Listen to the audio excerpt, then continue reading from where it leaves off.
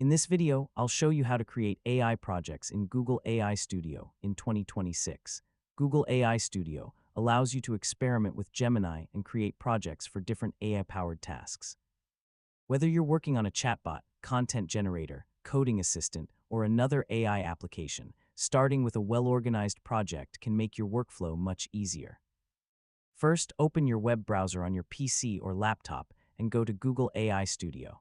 Sign in with your Google account and open the main workspace.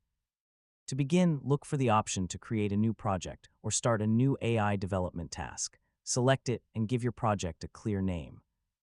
Choose a name that makes it easy to understand what the project is about.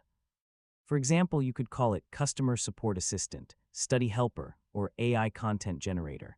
Next, decide which Gemini model or AI capability you want to use. The models available to you may depend on the current Google AI Studio interface, your account, and regional availability. Once your project is created, start by defining its purpose. Write clear instructions explaining what you want the AI to do and how it should respond. For example, if you're creating a study assistant, tell the AI to explain difficult topics in simple language, provide examples, and organize answers clearly. After setting up the initial instructions, test your project with several different prompts. Review each response carefully and check whether the AI follows your instructions. If the output isn't correct, update your instructions and test again.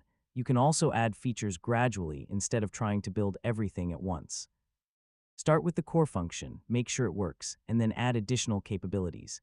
If your project requires API access, follow the current Google AI Studio and Google Cloud Setup instructions. Keep API keys and other credentials secure at all times. As your project becomes more advanced, organize your prompts, code, and configuration carefully.